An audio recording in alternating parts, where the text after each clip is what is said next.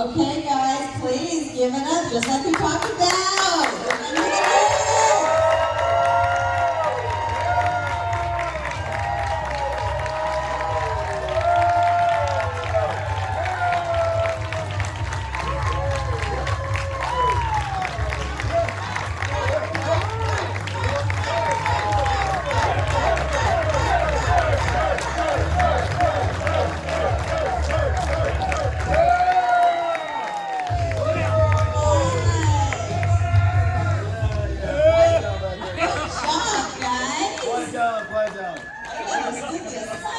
It's almost lunchtime. Knock it off. Oh, sorry. Sorry. Behave, Donald. I'm trying to. This is behave. Wait till you get Good luck with that. Yeah. Does she not know me? No, she knows you. does. She knows you very well. Yeah, she don't like this one. Don't like me. No, she all right. I'm not even going to dignify that with a response. There you go. You don't have to. Nobody has to dignify anything I do. I don't even have to dignify it, right? Clearly. Tell them about this. Tell them about this consent thing. Okay. So moving on. So, as per usual, I'm going to ask you some weird questions that make you feel really strange about your passport that's not nerds. And then we're going to give it out to the audience. Okay. You're cooking out. I know, Kendall, I'm really crackly over here. Somebody say On crack. 2. Who said crack? I'm having a hard time waking up. Oh, you said Crack over here, sir. What did I say, sir? Behave. I don't know. I got a little excited there. Is that The sooner you powdery let stuff? me do my job, the sooner you can go get lunch. I'm not gonna be blackmailed. I'm not gonna let people push me around. Okay. It's not blackmail, it's motivation. I shouldn't let anybody push me around, right? Right. I should be a man, stand up and say, no, I'm not doing that. Yeah, but no, right now you're doing something you're supposed to do. Oh, okay. So you should Just be crack nice. is only the old shown up. Sorry. Sorry, They girl. were hoping to have a chance to hear you insult them, and you've done that. I'll pee on them this time. Yeah. Oh, God. No. All right, never That's mind. against the law. Don. All right. Yeah, we don't want to go to jail. He likes to keep it fresh. Ew.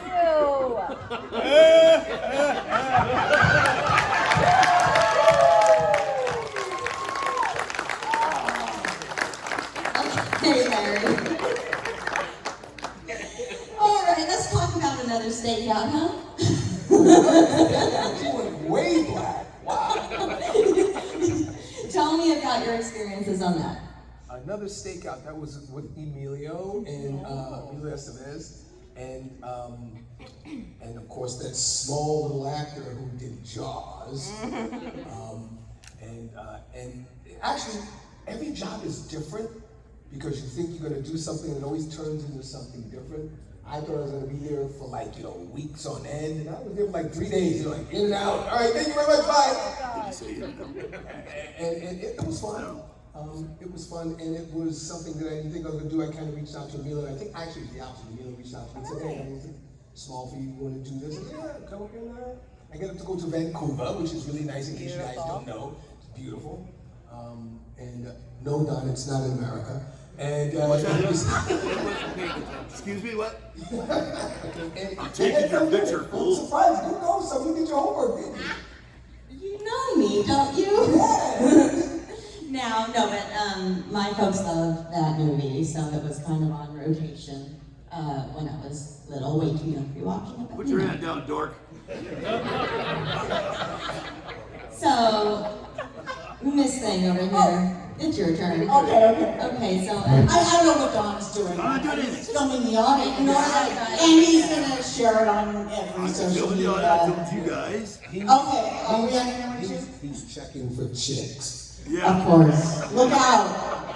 Raise your hand. Make it easy. If you want to marry a 70-year-old man, raise your hand. Raise your hand.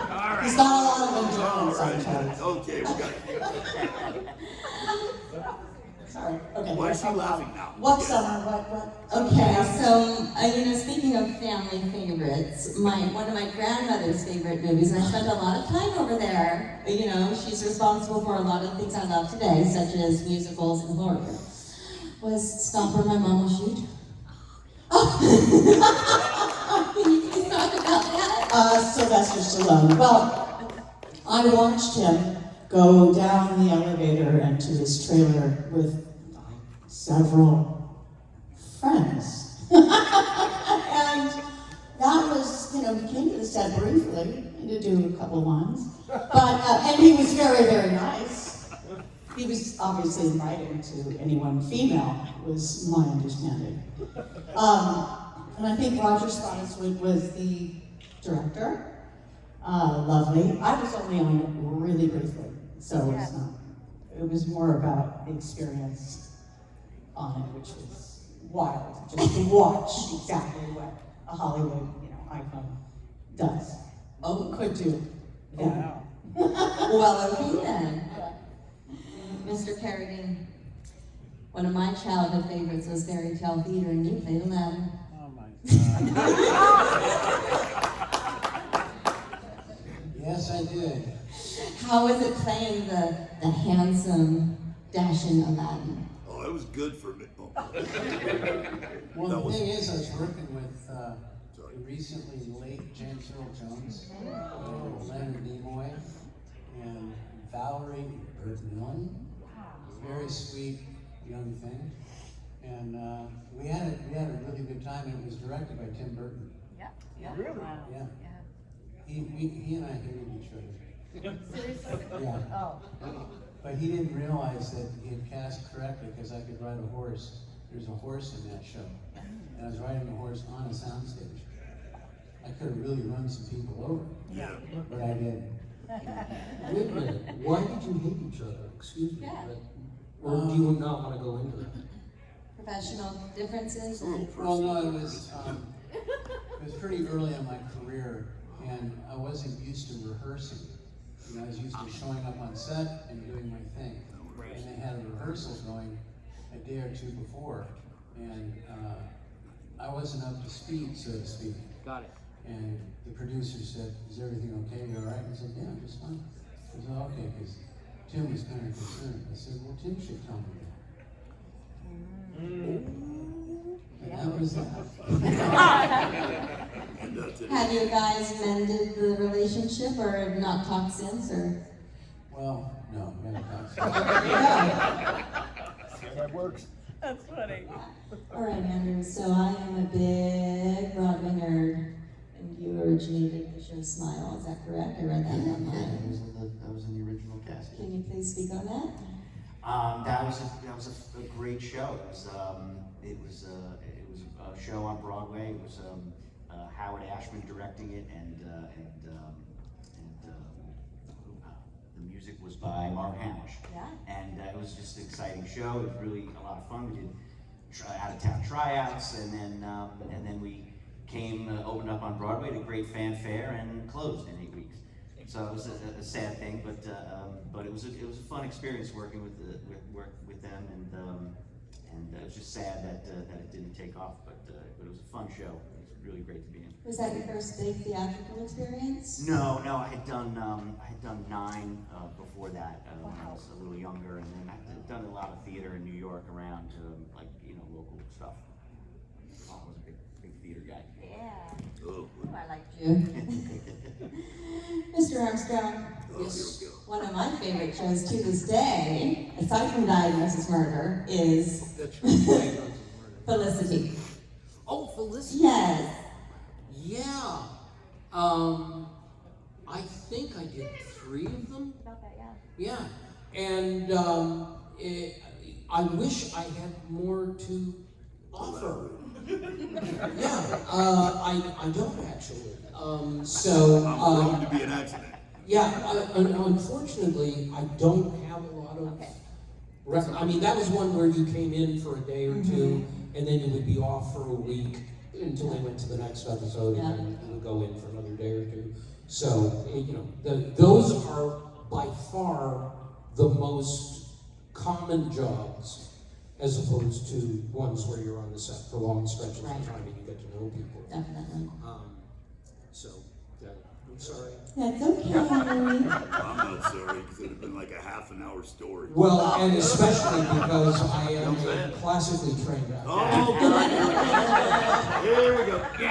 All right, I I say never know that. when that's going to come out. 10 Well, minutes in, 20 minutes in, 30. I'm Yeah. a classically trained actor. Yeah, well, I only say that because you enjoy it I do so love much. it. I do. And that, it brings me back to my training, Yeah, okay, yeah. The porn films. Right, I don't know, there's something. So, Is it a little different than a classical? yeah, very different, very different. I don't need the microphone. Okay, Okay, well, maybe you can speak for not quite half an hour on step I by will step. not speak for half an hour. Give I've me already some, been give warned me by some Robert. dirt on step by step, sir. What's that? Step by step. Yes, step by step. Yes, what you do when you climb stairs, step by step, You right? just did it. Yeah, that was fun. I did enjoy that. That's all you got from me? That's all I got. That's fine. I've only done a couple things in porn films, so I really don't have a resume. Oh, Hands, yeah, I started a new movie called Hands. It's coming out in December. I'm the only one on the poster. Nice. And even though I wasn't a classically trained actor, ask Curtis if he's been on a poster for a movie by himself. I have not. Thank you. Okay, I'll see you guys. I just want to add, first off, that Don, if you were to splice together all of the interruptions that we've had from him since we started this, you're already well into half an hour. And he barely even responded to an actual answer. I was trying to cut things down because Larry told me to not talk so much. Right, and yeah, well, everybody told you, but there's no... Actually, he looked at me and said, I'm going to beat you. Really? That doesn't sound like Larry to me. No, it sounded like Larry to me. Okay. Get a little nervous. Okay, but anyway, we're so we can move on. Yeah, let's move on. Okay. One more question for you, Don. I was ready for you to give me a snarky short answer. I would never do that. So, There's no such lexicon in my lexicon about snarky. What did I say? Well, no, it's a big word. But Was that the wrong take? it's a big word used in I don't even know what it correct means. ways. But I throw him out there because Curtis goes, whoa, Don, good. Yeah. You know, his education was... I'm getting there. University of New Mexico, baby. And the question is? do you still own that restaurant in Chicago? No, I don't. Okay. My buddy has a karaoke. I think they're going to sell it because Chicago's really getting bad. Yeah. But it is in Wrigleyville, so it is a little, protected. But yeah, Chicago's really gotten bad. What's the name of the restaurant? Trader Todd's Adventure Bar. You know what he did? He turned it into a karaoke club, and he made a fortune. I It told him was he's a an biker idiot. bar, right? Yeah, I told him, it was a biker bar. We opened it, and I told him, you're an idiot. Karaoke made a fortune. So, I should not be a business person, advisor, right? Yeah, you're gonna lose money with that. Oh boy, I'm so smart. All right, audience questions. Give them to me. This question is for Julia. In light of, I guess, Me Too, to sum it up, do you look back at the sex on the moon scene and think like, oh my God, consent, like, Oh, consent. how did you feel about that at the I don't know time? about consent. How did I feel about it at the time? Yeah. Surprised.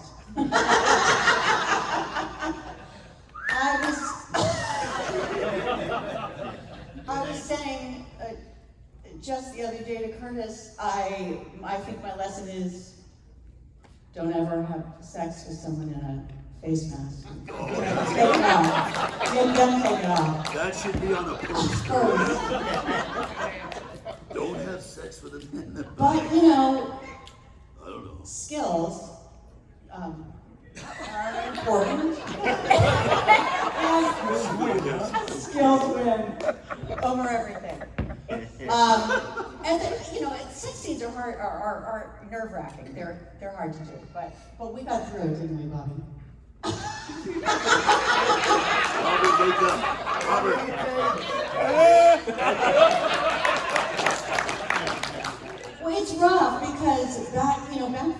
that wasn't so outrageous in a way. It was certainly a surprise, but it wasn't so outrageous as it is now. So now it's like jail. Yeah, and that's but it wasn't bad. There were a lot of things we girls went through that, and guys too, I suppose, but girls for sure. So we just thought it was a great surprise. The last decades. I have a question about that, which I've never asked. Okay. Because now, when you do sex scenes and I'm not speaking,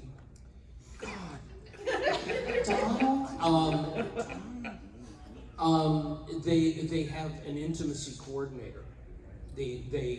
So explain to them what that means. Well, yeah, so an intimacy coordinator, if you're doing a scene with sex, they have someone who's on the set, and when they close down the set and make it just the director and the intimacy coordinator and the actors, and they go through everything that's in the scene, and the intimacy coordinator. So it's basically like this: show me everything you're going to do. Basically, they're there to make the actors feel comfortable, so that they're not asked to do something that's outrageous. But at the time we were shooting. Sorry. Donald, turn You off. could turn it off. I didn't know people were gonna call me. I don't have any friends. I know. So this, Maybe it's because you're on your phone. well, this is quite So surprising. what You happened? wanna know what I mean? I What don't happened know. was, thank you, Doug. Yeah, you're welcome. And Curtis is talking now. I know. What do we do? I'm trying to be quiet.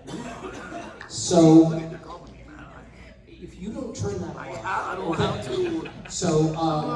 So they have intimacy coordinators to make that easier. When they were doing it, I don't know what that, I wasn't there for that, but it was not that kind of a thing. I was there. How was it for you, Bobby, on the intimacy level? It was really, really good.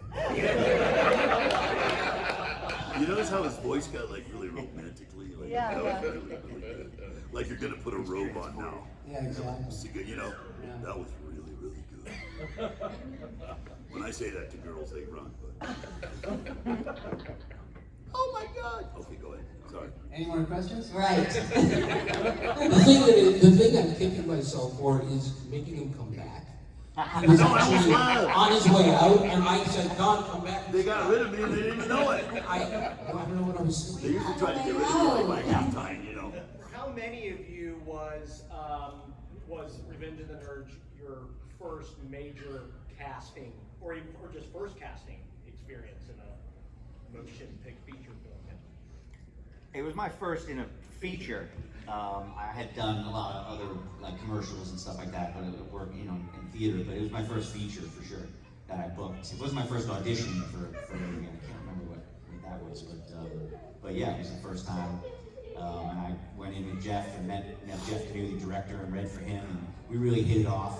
And had a great feeling from him about it. So I really felt like, oh, this is gonna happen. This is gonna work. And you don't usually get that. A lot of times you walk out of an audition like, oh, I bombed or whatever. And but I really felt good. We made a connection with Jeff, and that was a lot of fun. So right into the rated R deep end. Right into the There was a lot of issues about like, oh, what are we gonna allow him to see? I remember that. What's he gonna like? You know, how are we gonna, you know? There's the whole scene where we're watching the TV. It's like, well, how's that What gonna did go? they do? What did they do? They ended up let just you having watch it? lights in the TV. I didn't see anything. Damn, Andrew. I wanted to have some fun, you know. But also my mom was on set the whole time. It's like, that's not a good situation. No, So, when your mom's right over your shoulder. it's not. It's much better when you on her. But so that's how that went. So, but yeah, right into the R-rated pool. It was pretty exciting for a 12-year-old. Anyone else want to contribute to that? Well, Gone with the Wind was my first movie starting. No. Wait a minute, didn't you tell me I Let him started go, that? Curtis. Didn't you tell me I started in that one? No, I never told you. Oh, okay. Have Wind, was it? What, Don? Oh. Yeah, there's somebody out Okay. there. I don't know what they're on. I don't know what. To me, it was I was even trying to be quieter. It was my first time playing a gay character, and that was different and fun and releasing. As an actor, you always want to challenge yourself and do things that you don't do normally. You want to expand your horizon, do different things. And you know, you don't know. These guys were so cool. What you guys, I guess, assume but don't know is just like every time you get a gig, it's like going into a new job, and sometimes you get along with everybody, sometimes you don't get along with nobody. Yeah. Sometimes you bond with one person and you don't bond with the others. This was the first movie, and I think you guys can tell, where the cast actually liked each other. And I think that kind of shows in the film. And I want to give a lot of credit to this guy here, because seriously, because the leads determine the tone and the temperature of the set. So if the lead is, I shan't talk to anyone, well then that's the tone you have for 8 weeks. And if you have a situation where the guy says, hey, everything is cool, it's comfortable environment to try stuff, and one guy missing here is Tim Busfield and Anthony Edwards, obviously. They contributed to that, and that allows you to relax and try things. And because a lot of things that we tried did not make it. Some of them were good, some of them were bad. But if you don't have the environment where you can try stuff, you never even have that option.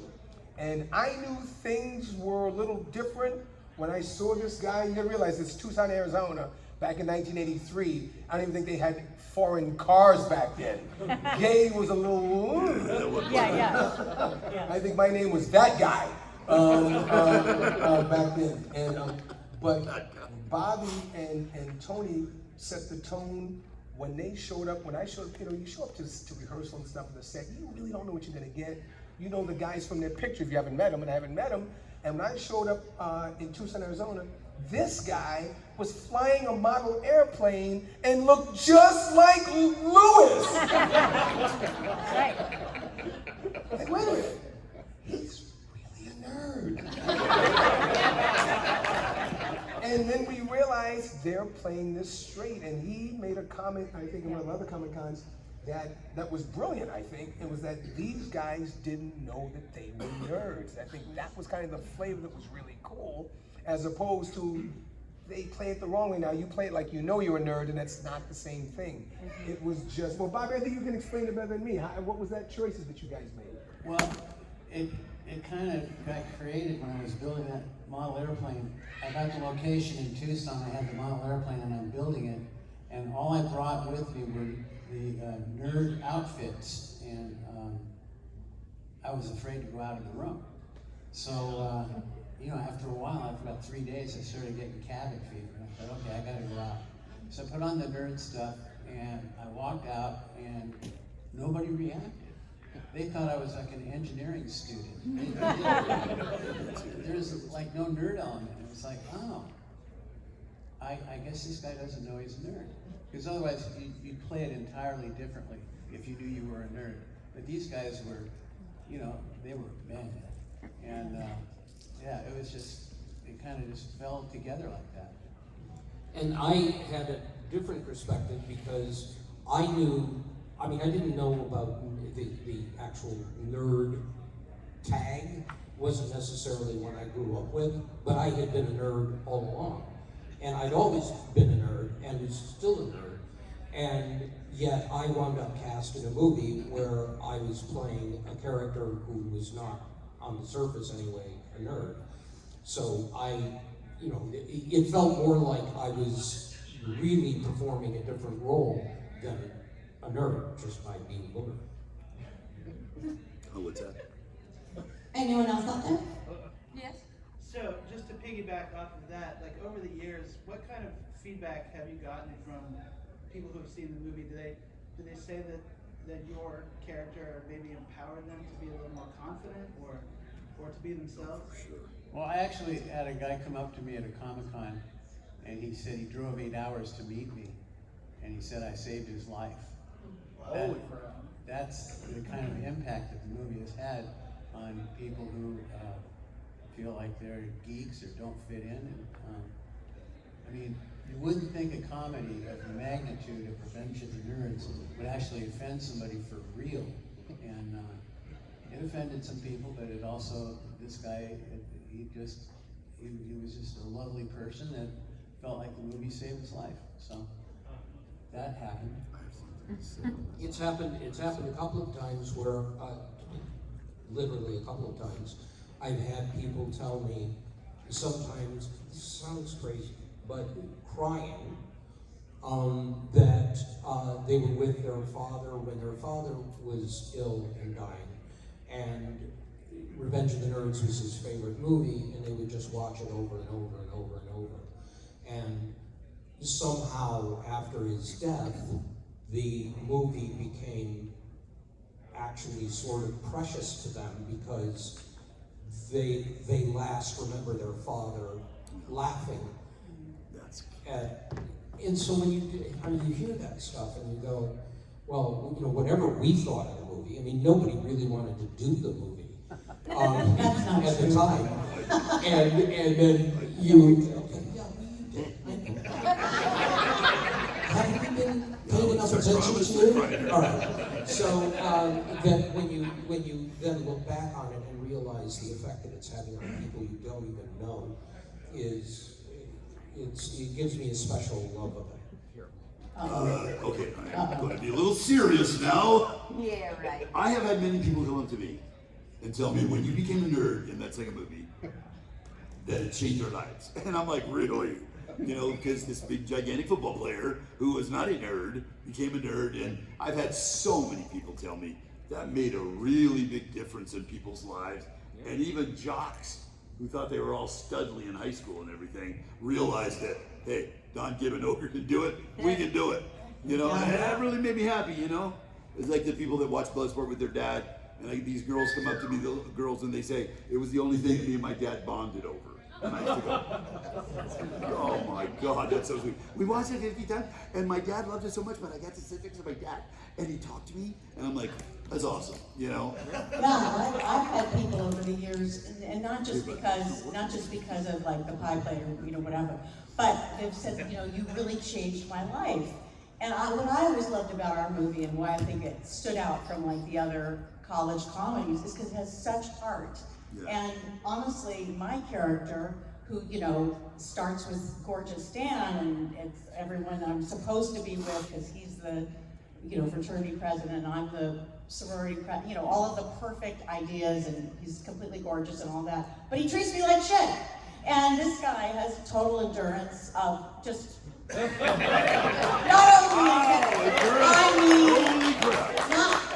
yes, he has bad endurance, but he has the endurance of coming again. I knew this was going to go wrong.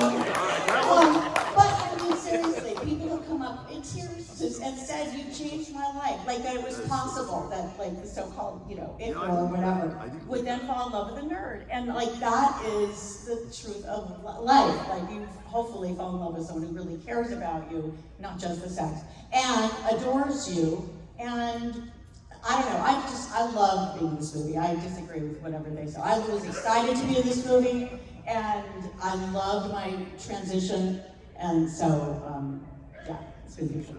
I'm going to go off that word transition, and and I've heard people walk up to me, and the interesting thing, guys, is when you do a film, there's what you think, how you think it's going to be perceived, and then it's how it's perceived.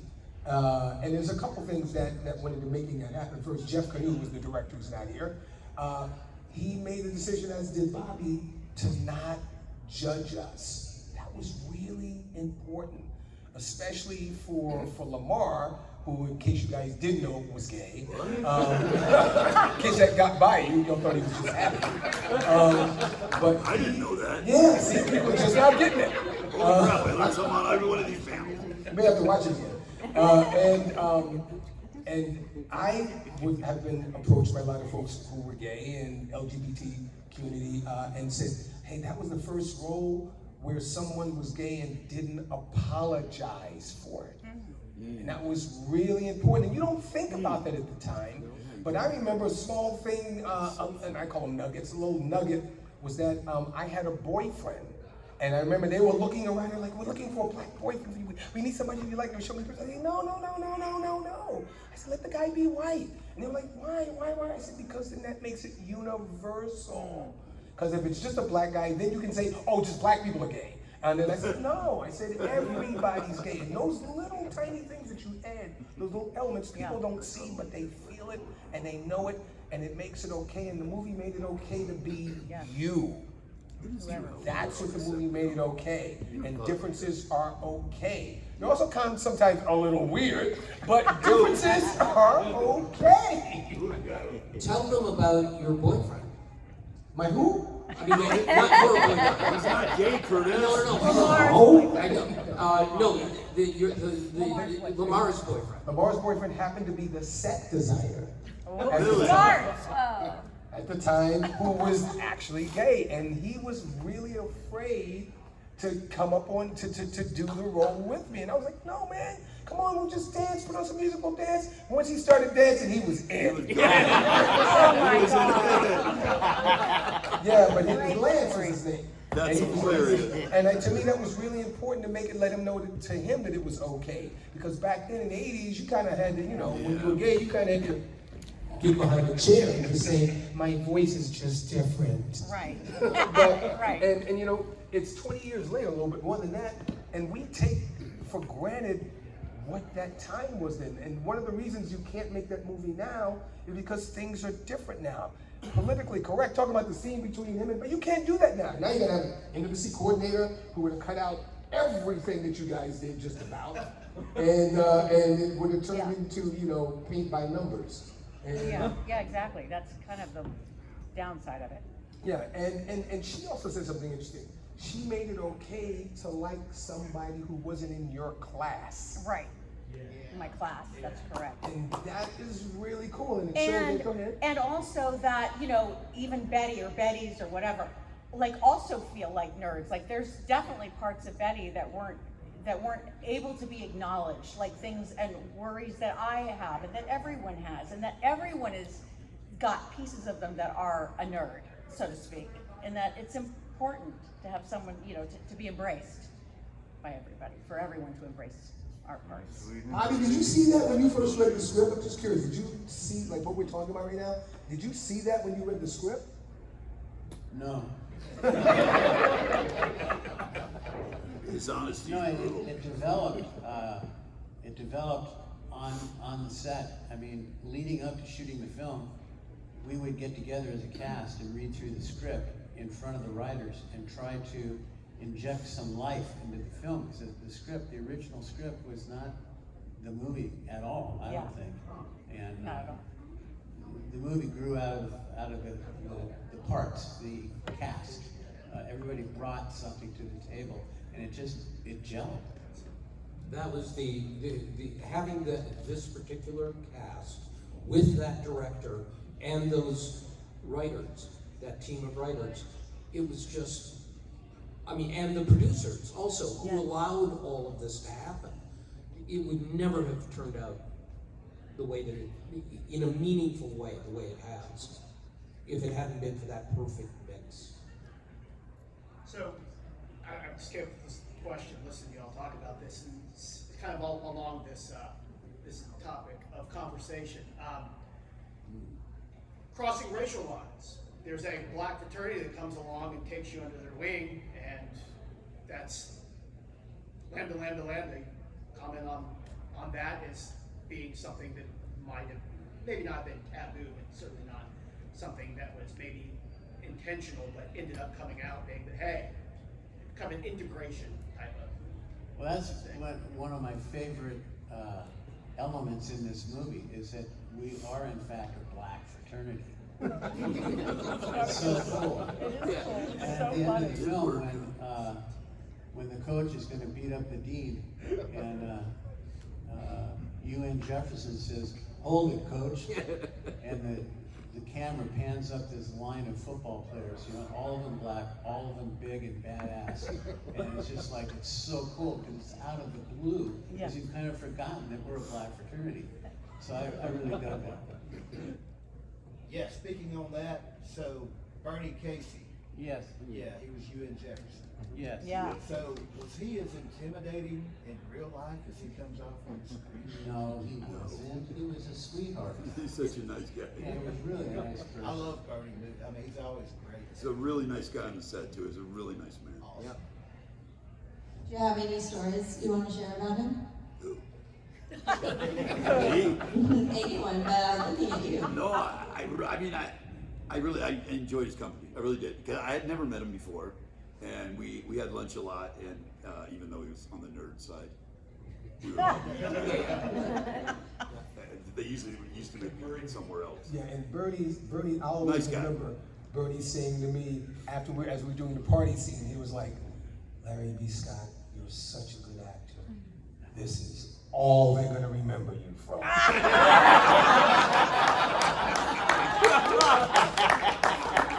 And he was right. That's funny. That's funny. I saw another hand over here. Yeah. Uh-oh.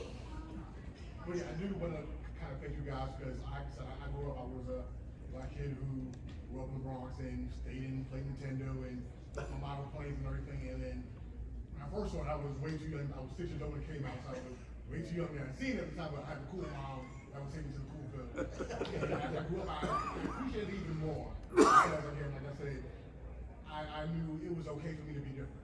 Same thing with my brother. He's gay, he's black. No. Like Lamar was like a kind of like he can relate because he was a kid that got picked on and pressured and me.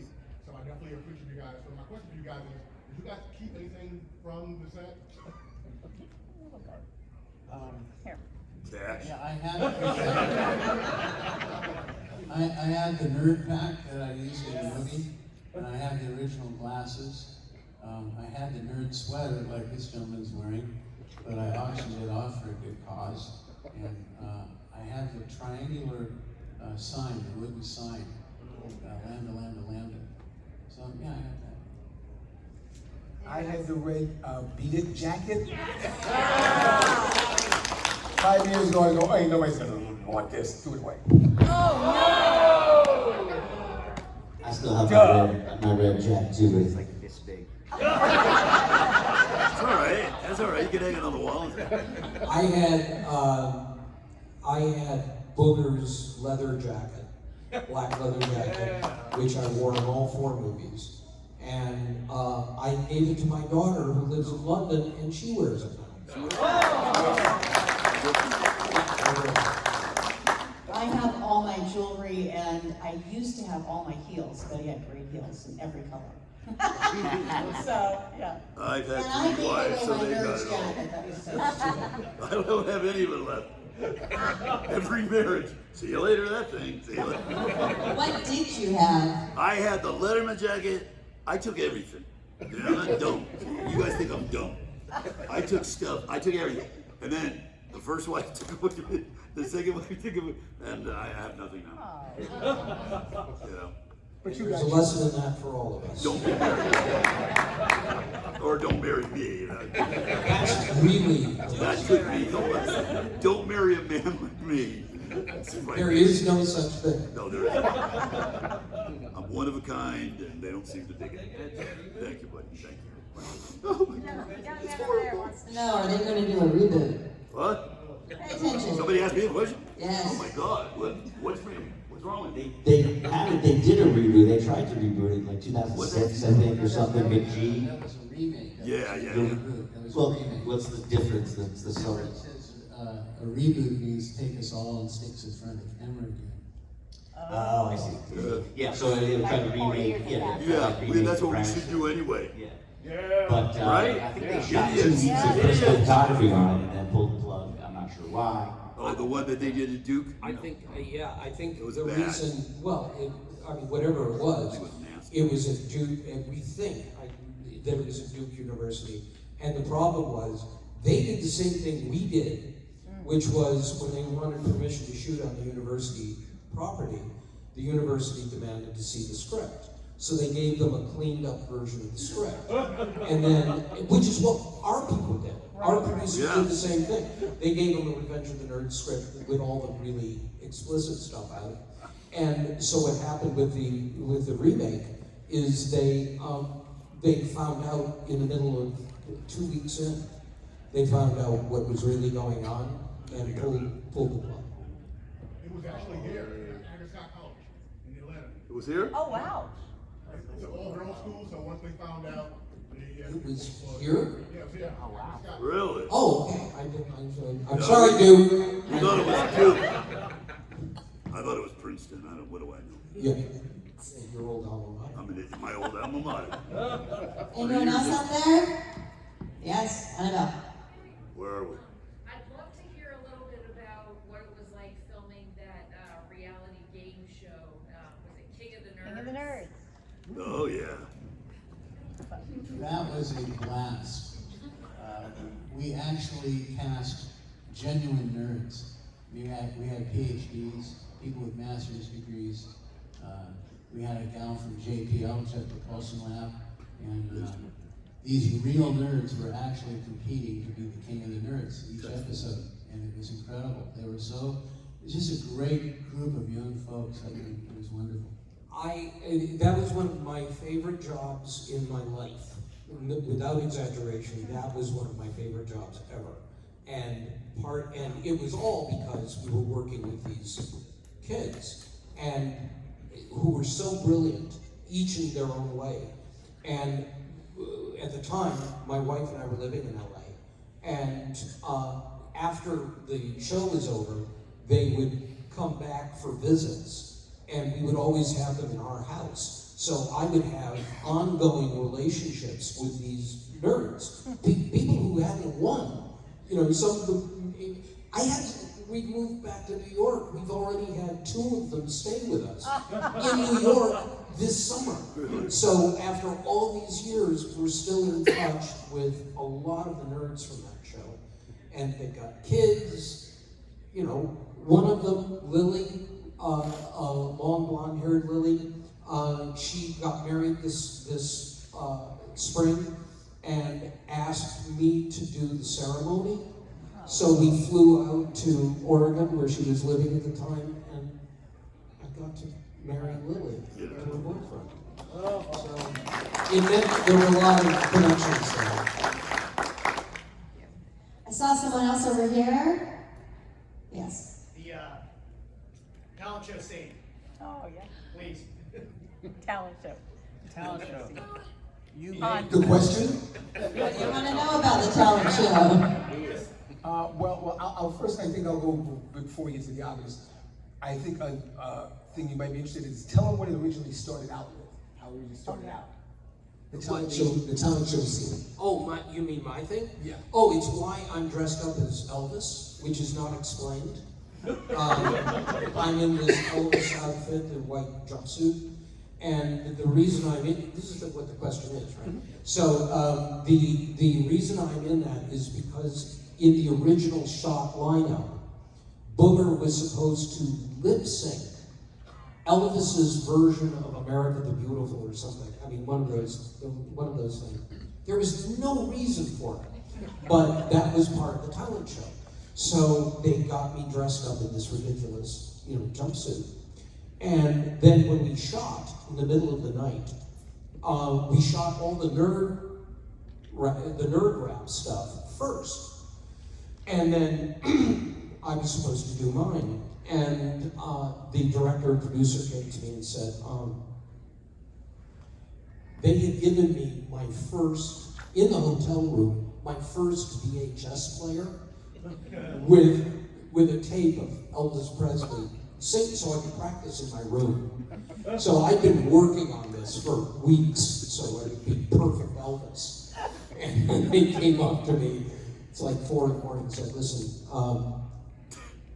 we're not probably going to use the Elvis thing in the movie, but I know you worked really hard on it, so if you want to do it anyway, we will. No, that's cool, we're fine. So that was all I knew from him. Yeah, so everybody had a different bit, and it all got condensed or changed as things do when you're shooting. And I got to work with Andrew at the time. But you guys may or may not know, when you're younger than 18, you're not on the set all day. You're in school most of the time. And then whatever time's left, they try to manage it so that you can come be on the set. So after the time, after he was out of school, Andrew would come over and I got to work out with the coordinator, the dance coordinator, or choreographer, sorry, the bit for our nerds. And Jeff and I kind of collaborated on the initial rap, and I looked at it and went, okay, we're not gonna use this, this and that. He said, well, that's most of it. I didn't, yeah. And then I kind of said, let me just kind of have a shot at it. And then you see what ended up with it. The other interesting thing is that what people don't know is it was freezing. Yeah, that's right. It was Arizona, and if you know anything about the desert, at night it's cold. And so it was like 45 degrees at like 2 in the morning when we shot that. Of course, you can't see it because you can't feel the temperature. But we had no clue that it was gonna be as big as it was back then. Once again, you kind of remember time, rap wasn't even really a thing. It was just kind of making it on its feet. And gay rap had definitely not hit the scene back then. So I thought it would be just interesting and fun to do. And this guy, Jake, he learned how to moonwalk and do all that. And I was really, oh my God. And it turned into clap your hands, everybody. Everybody, clap your hands. We're Lambda, and Omega Boom. And we come here on stage tonight to do a show for you. We got Poindexter on the violin, and Lewis and Gibb will be joining in. We got Booger Presley on the mean guitar, and a rap by little old me. But what? We got Takashi on the gun, the boys in the booth are coming along. And just when you thought you seen it all, along comes the Lambda 4 foot tall. So let me come on out here on the stage. Pray.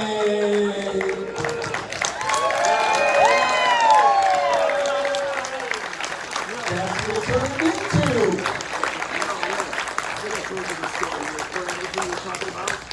Remember, she, you know, we were supposed to do this dance scene, right? And this poor thing goes, I told her, I said, man, I cannot dance. She goes, I have been able to teach everybody in Hollywood. And I'm like, uh-oh, me, right? So finally she just said to me, she goes, we'll just shuffle back and forth. And I told her, I just ruined your reputation, lady. We'll just shuffle back and forth. That was good for me. You broke her perfect record. Not that poor thing. Oh, she man. was so frustrated. She's like, oh, this guy's a basketball player, and he can't dance. That's funny. Like I couldn't do it. You know. Was that supposed to be in when you were dressed up as cheerleaders? Yeah, remember that whole thing? Of course, I love that. Honey, she had this thing so choreographed, you know, Yeah. and I kept on, she kept going down, left, right, and I'm like, all right, I'm trying. I'm doing it, I thought. I used to get so frustrated, I'd go, I'm trying, I'm trying to do it. And those are things that when you read the script, it says they dance. Yeah, right. 2 words. Yeah. And then they didn't know what they The hired. nerds perform. And those 2 words turned into, your imagination, and it's always different for every script. So I'll never forget that girl You'd be going, surprised how 2 words can turn into, they fight. Like, okay, lady. Turned into Bruce Lee into the dragon. You just don't know. And that's kind of the beauty of giving it up to the artist and seeing what their interpretation is. And sometimes it works out, sometimes it doesn't. For us, we got lucky, it worked out. Yeah. all right. Well, I think that is actually the perfect note to end us on. What? Oh. Oh, so now you want to stay? Darn it. Oh, now you want to stay. Yeah, fun. Now you want to In stay. fact, if you guys want to stay, we'll just do the Don Gibb Ogre show. Everyone give it up.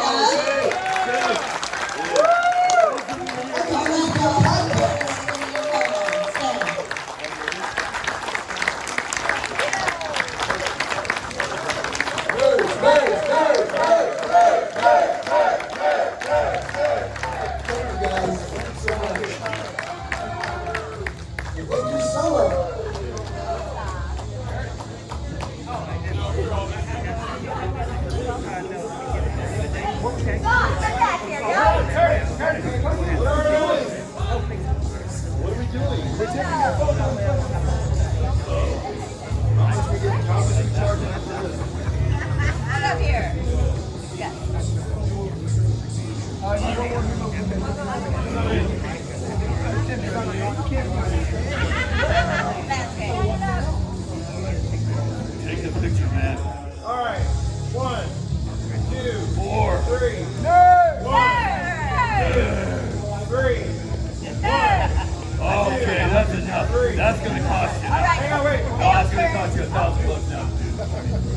take one or two. Okay, cool. That was way simpler than the other one. I remember now. Thank you guys for coming.